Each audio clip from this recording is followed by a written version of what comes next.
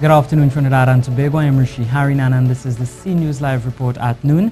Topping the news at this time, a taxi driver is shot and wounded by a female police officer. The victim has been identified as 35-year-old Barry Seepersad. It's being claimed the father of two was shot by the officer for no apparent reason.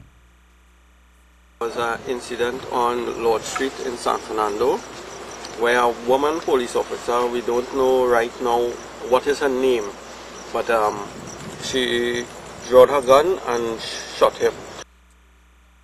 One witness explained what she saw. Went in Matches was about to use the toilet. The police came, they don't want no picker on the stand, they're moving all the picker. All the cars went, he was still there. He come out the car, he talking to the police officers and them, they bring a wrecker. While I was talking to them, he went in his car, he sit down and he driving off. In driving off, this policewoman just take out, she gone and shoot at the man. Now she's saying that he tried to bounce her. It have too much people see. She wasn't even close to the car to get bounced. So I don't know how he was trying to bounce her, but he reversed and he drive out very nicely. And she run up on him and shoot him. Now, he was taken to hospital after being shot. He is listed in a critical condition. Seepersad is of Ridgewood Gardens, Golconda, and is said to be a taxi driver. Now, according to a police report, Seepersad had parked his car at the St. Madeleine taxi stand on Coffee Street at around 5:30 on Wednesday and left to purchase an item. It said two police officers went to look for the driver to have him remove his vehicle. However, they were unable to find him. They requested a wrecker, and while the car was being put on the tow truck, Seepersad returned. He allegedly forced his way into the driver's seat of the car and began reversing. While doing so, the right mirror of the car apparently hit the female officer. The man allegedly drove up to the officer and refused to comply with orders. The report went on to say the female officer shouted at Seepersad to stop as he drove towards Carib Street. However, when he didn't, she drew her service pistol and fired at him. He was hit in the lower abdomen. He remains in a critical condition at hospital. The police officer was treated and discharged. Now, police are investigating a double murder which took place in Arima last night. The victims have been identified as 30-year-old Keon Carr and Anderson Maloney.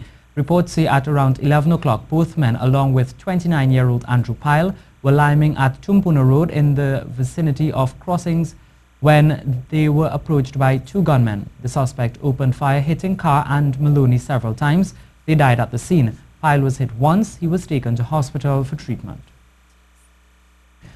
$2 million worth in marijuana was destroyed by police during a drug eradication exercise in the Moruga and St. Mary's districts on Wednesday.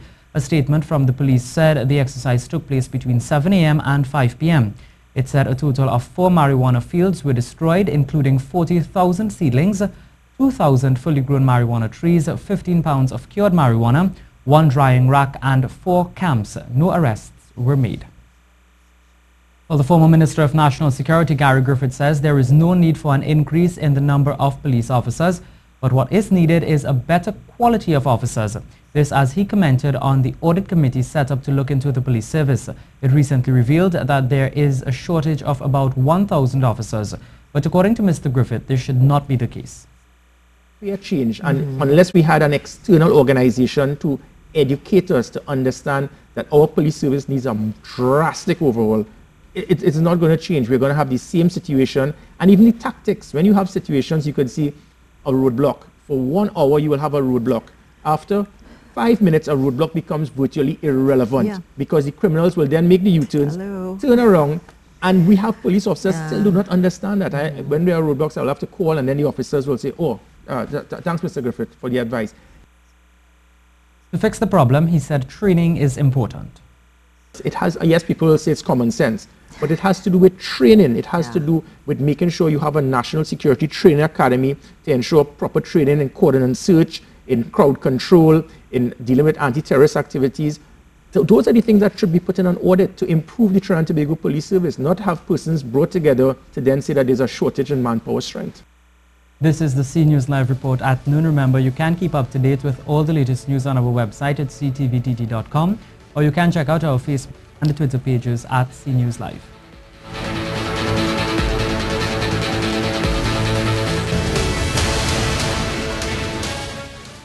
The Housing Development Corporation will focus more on building houses for rent. This new mandate was explained by the Minister of Housing, Randall Mitchell, at a key distribution ceremony on Wednesday. Distributed for people to occupy the Malik housing development area, those homes are being rented. According to the minister, this is a new policy for the government. The HDC will now be looking towards the construction of rental units. You would have heard the Prime Minister speak recently that the HDC would have lost its mandate. And that is because a lot of the money that is now scarce resources, have been going towards the construction of homes to persons who can purchase. He noted many of the applicants for HDC homes are those who earn less than $6,000 a month. However, over the years, Minister Mitchell said the HDC lost its mandate as it continued to provide homes for people who can afford it. He said government is also looking at the subsidy on housing. Having regard to these scarce resources, government now has to decide what is the best use of the subsidy in subsidized housing, whether it is through giving it to homeowners through purchases, where the subsidy is something that can create wealth through the equity in their homes, or whether the subsidy can be held on trust by rental unit owners for the next generation. The minister went on to say government will continue to build homes for purchase, but it will be done under a public-private partnership. The HDC will also be partnering with private sector individuals, companies, to construct units where the HDC would provide technical assistance. The HDC would provide all the applicants to these joint venture individuals in pursuit of the affordable housing program. Rishi Harinanan, C News. The motion of no confidence against the chairman of the Sipari Regional Corporation, Dr. Glenn Ramadasing, will take place today. Members of the People's National Movement raised several issues against their chairman, Dr. Ramadasing, and said he is not doing a good job in the area. However, Dr. Ramadasing isn't too concerned about what is being said and the motion to be debated. Issues such as the Owen Park Savannah, which we inherited about only 5 months ago, and which was given to the corporation, handed over and vested some 2 years ago. And while some parts of it were allowed to deteriorate in that period, we have been busy trying to get a policy and a framework to move forward. I think they want to mobilize around these irrelevant issues. They're not speaking about a no confidence motion. They're simply telling people to come and talk about the Savannah and talk about parts of the Siparia festival that they did not like. Supporters of the PNM are said to be gathering outside the Sipari Regional Corporation, but Dr. Ramadasing said they are being misinformed. Clearly, there's a campaign to discredit, to misinform expecting persons in the area and that community. And that's what we have noticed, that they are trying to frustrate the council's operation so as to get things disrupted and then enrage the Siparia people. But the people are not as lacking in knowledge as they think. Well, now for the weather, mainly sunny, hazy and breezy at times, can be interrupted by the odd shower. Tonight will be mostly clear and warm with a light breeze. Seas normal, occasionally moderate. Waves 2 to 2.5 meters in open water and less than 1 meter in sheltered areas. The Minister of Community Development, Culture and the Arts, Dr. Nian Gadsby-Dolly, has described Julia Edwards as a cultural ambassador who shared our dance with the world. Edwards, a dancer and pioneer, was widely regarded as the Queen of Limbo. Born in 1933, Edwards first started dancing with a group organized by Bosco Holder, later taken over by his brother Jeffrey. She formed her own dance group in 1953 and in 1957 shot to international fame performing in Hollywood blockbuster Fire Down Below, starring Rita Hayworth and Robert Mitchum. The minister said Edwards will be remembered for her contribution to transforming limbo into one of the signature expressions of folk dance for which Trinidad and Tobago is known around the world. To some other news now, there will be a march through Scarborough today against the current sea and air bridge issues affecting Tobagonians. The march, which is being led by Assemblyman and Minority Member Farley Augustine, will start at 1 o'clock from the APT James Park, Uptown Scarborough. The march is themed the Winston Murray Challenge and is in honor of the late Winston Murray, a man who fought tooth and nail for Tobago. It is expected that a wide cross-section of the people will be in attendance. Trinidad and Tobago still has a strong financial position. This despite recent downgrades by international rating agencies and the economic outlook. The assurance given by Executive Director of the Unit Trust Corporation, Ian Chinapu, at the company's 35th annual general meeting on Tuesday evening. Trinidad and Tobago still has a strong financial position, with net official reserves of US $9.1 billion as at the end of March 2017, which represents just over 10.1 months of import cover, and over $5.4 billion in the Heritage and Stabilization Fund. The prognosis for the global economy is now somewhat brighter.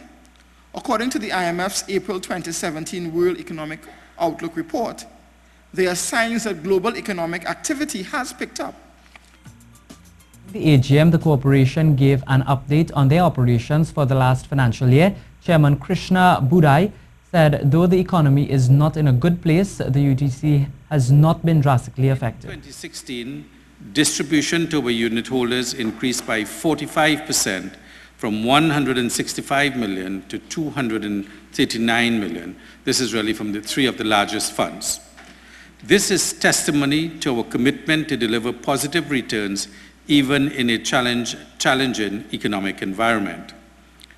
All our business activity is centered around ensuring that we deliver strong, competitive customer value proposition to all our unit holders. Safe and comfortable. He said as part of their responsibility to unit holders, persons have accessed their savings under their corporate savings plan to mitigate the impact of the economic downturn. Continue to play a crucial role in easing the financial stress of our citizens, knowing that we can make a difference in meeting life's challenges. Our unit holders remain our core stakeholder group, and our primary objective is to be your partners for life. The opposition leader weighs in on recent reports of spending from government ministers and state agencies. She referenced the high roaming rates from the tourism minister, the Tobago bill by the sports minister, and monies allegedly spent by the Education Facilities Company Limited.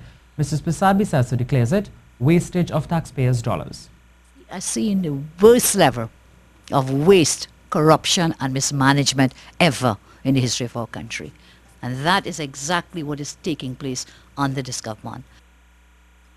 Princestown MP Barry Seepersad is calling on the Minister of Sport, Darrell Smith, to make public the cost of the opening ceremony of the Brian Lara Stadium.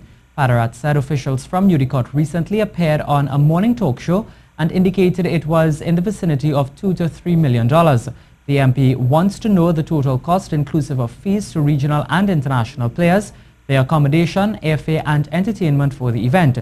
He said if the minister fails to provide the information in a timely manner, he will be looking at his legal options to obtain it. The opposition is not pleased with the way the last Private Members' Day was handled in the Parliament. It believes government is trying to crowd out the opposition's time to address issues. Opposition leader Kamala Prasad-Bissasu said government has announced it wants to deal with three matters: the Welsh Report, its Vision 2030 plan and amendments to the bail bill on the next Private Members' Day. And so it is our intention to write to the Honourable Speaker to object to the high-handedness and undemocratic actions of the government in attempting to crowd out Private Members' Day on time for the purpose of not doing one matter of government business, but in fact three other matters of government business. Private Members' Day is used in most Westminster system jurisdictions in which a Member of Parliament who is not a member of the Cabinet can raise motions. Members of the West Indies women's team heading to the ICC Women's World Cup in the United Kingdom will assemble for a brief camp starting on Friday in Barbados. Head coach Vasper Drake said the focus of the camp will be primarily on team bonding, as the side had not been together since the last November tour in India. In addition to team building activities, the members of the squad will also be part of player development sessions, as well as a series of physical assessments during the 5-day camp, which precedes the team's departure next Wednesday. The country's senior men's footballers arrived in Colorado as they begin a 2-week training camp ahead of their June 8th World Cup qualifier against the United States at the Dick's Sporting Goods Arena. The 17-man squad and technical staff was met by England-based midfielder Andrew Bucard, where they will enter a residential training camp at Prentop Field University of Colorado. Coach Dennis Lawrence is currently conducting his first training session with the team in temperatures that vary from 20 to 29 degrees Celsius in the day and as low as 16 degrees in the night. Altitude is their biggest problem, however, hence the team's early arrival in Colorado, which is exactly 1 mile above sea level, hence the nickname Mile High City. TNT plays United States on June 8th in a crucial World Cup qualifier for both teams. President of the National Association of Athletics Administrators, Ephraim Surratt, says track and field may need a home of its own for the sport to continue its development. The track and field chief told Ken Fuentes that he was looking forward to Champ Months in June, which begins with the Juvenile Championships. June has been dubbed the Champs Month in local track and field. And with 2017 being a World Championship year, all of our top athletes will be in action at the Senior Championships. The men's 400 and women's 100 have been the premier event at the seniors, with the men's 100 going through a transitional phase. Surratt says it will take some time before the men's century becomes the headline act again. Well, it's going to take some time. There were some people, some athletes in the likes of Jonathan Farina, who we were hoping would have made that transition. We had Marcus Duncan. We had quite a few young athletes, and it's been a little difficult in them making the transition. There have been questions raised as to why Trinidad and Tobago does not have a track and field Grand Prix of its own. Something Surratt says has been discussed. He, however, believes that the setting up of a Caribbean Grand Prix may help solve this. The ideal thing should be really coming from the NACAC area. When I say NACAC, the NACAC Council, to develop the Grand Prix within the region so it would be better coordinated, other than each country just trying to find a space within the calendar. He also believes that for the sport to continue to have an upward trajectory, they must have their own space for development. Well, one of the first things I would want to see is that we have another facility in Trinidad that could facilitate track and field. To date, it's only the Hazy Crawford we can have both track and field. There's always challenges. Just last weekend, we would have had a 2-day workshop for our technical officials to keep them, sharpen them up for the championship month. And we could have only used 1 day at the Hazy Crawford. I think we need to get that respect and, to get that opportunity. Maybe we may need to have a track or a facility dedicated to track and field. The Juvenile Championships will kickstart Champs Month. Then the juniors will take center stage, followed by the NACAC Age Group Championships, before the seniors close out the month. Kent Fuentes, C Sports. And that's it for sport. Well, that's how we end the C News report at noon. Remember, for up-to-date and breaking news throughout the day, visit the C News website at ctvtt.com. Have a good afternoon.